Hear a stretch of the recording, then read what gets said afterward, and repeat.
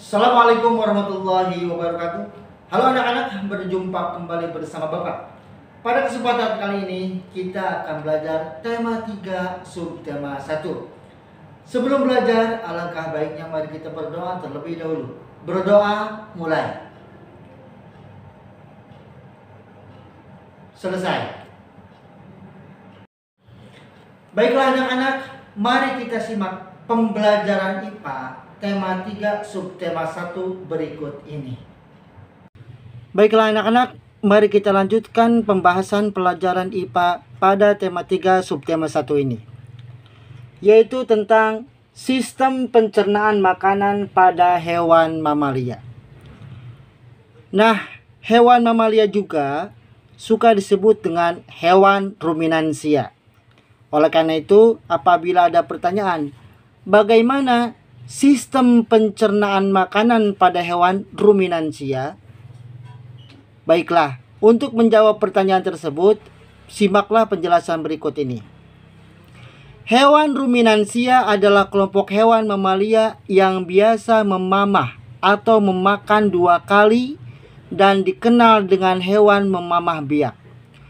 Contoh hewan ruminansia ialah sapi, kerbau, rusa, domba, kambing, dan kijang. Sistem pencernaan hewan ruminansia lebih kompleks dibandingkan pencernaan hewan lainnya. Pada hewan ruminansia terdapat 4 bagian lambung dengan fungsi yang spesifik. Selain itu, pencernaan makanan pada hewan ruminansia dibantu oleh beberapa mikroba atau bakteri dan protozoa. Mikroba tersebut dapat membantu mencerna rumput. Coba kamu perhatikan penjelasan mengenai proses pencernaan pada hewan ini dengan seksama. Mekanisme pencernaan makanan pada hewan ruminansia seperti yang telah dijelaskan sebelumnya. Salah satu contoh hewan ruminansia ialah sapi. Mari kita baca informasi mengenai organ pencernaan pada sapi. Makanan seperti rumput pertama kali masuk ke dalam mulut sapi. Di dalam mulut terdapat organ-organ pencernaan seperti berikut. Gigi-gigi sapi tersusun dari gigi seri yang berguna untuk memotong makanan dan gigi geraham untuk mengunyah makanan. Lidah sapi berguna untuk merenggut rumput atau makanan dan mendorong makanan yang sudah dikunyah menuju lambung.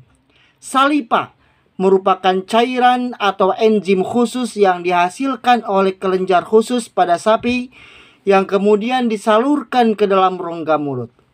Salipa berperan dalam proses pencernaan kimiawi. Lambung sapi berbeda dengan lambung manusia. Ukurannya jauh lebih besar. Lambung sapi merupakan organ pencernaan yang sangat penting bagi sapi. Lambung sapi terdiri atas 4 bagian, yaitu rumen, retikulum, omasum, dan abomasum. Oleh karena itu, sapi dikatakan memiliki 4 perut. Nah, di sini ada gambar. Gambar apa ini? Yang jelas gambar sapi. Nah, di sana ada organ-organ pencernaan makannya. Ada yang disebut dengan rumen, ada yang disebut dengan omasum, abomasum, dan retikulum. Berikut bagian-bagian dari lambung sapi. Rumen atau perut besar. Tempat terjadinya pencernaan dengan bantuan mikroba atau bakteri. Di sini makanan dicerna hingga menjadi bubur dengan gerakan mengaduk yang dilakukan oleh dinding rumen. Pada saat sapi beristirahat, makanan kembali ke mulut dan dikunyah kembali. Setelah dikunyah untuk yang kedua kalinya, makanan masuk ke retikulum atau perut jala. Retikulum atau perut jala. Di dalam retikulum, makanan kembali mengalami proses fermentasi dengan bantuan bakteri anaerob dan protozoa. Di dalam bagian perut ini terjadi proses absorpsi dan penyaringan benda-benda asing yang masuk bersama makanan sehingga tidak masuk ke omasum atau perut kita. Omasum atau perut kita. Di dalam omasum, makanan dicerna dengan bantuan enzim pencernaan. Selanjutnya, makanan masuk ke abomasum. Abomasum adalah perut masam. Perut bagian inilah yang sebenarnya disebut dengan lambung. Di sini makanan dicerna dengan bantuan enzim pencernaan pepsin yang dihasilkan oleh abomasum. Setelah melewati seluruh proses pencernaan makanan di dalam abomasum, makanan bergerak menuju usus halus. Panjang usus halus seekor sapi dewasa dapat mencapai 40 meter. Di dalam usus halus terjadi proses absorpsi dan fermentasi. Selanjutnya, sisa-sisa makanan akan dikeluarkan melalui anus. Anak-anak, untuk sistem pencernaan makanan pada hewan mamalia, penjelasannya kalian bisa baca pada buku tema 3, yaitu pada halaman 8, ya.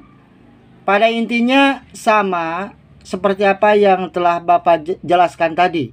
Dan untuk lebih singkatnya atau lebih ringkasnya, kalian nanti bisa juga membaca pada buku tema 3 halaman 8.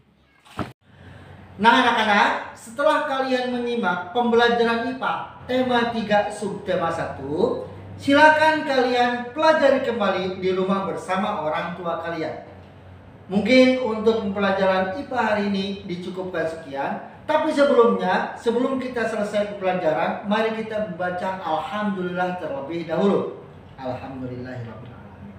Mungkin untuk pembelajaran hari ini dicukupkan dulu sekian. Insya Allah kita akan bisa berjumpa kembali pada waktu yang akan datang. Terima kasih atas segala perhatiannya. Wassalamualaikum warahmatullahi wabarakatuh.